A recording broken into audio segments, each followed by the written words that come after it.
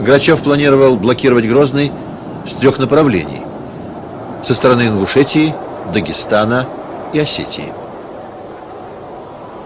Первые потери федеральные войска понесли еще на дорогах Ингушетии. Здесь впервые были брошены на броню российских БТРов гранаты.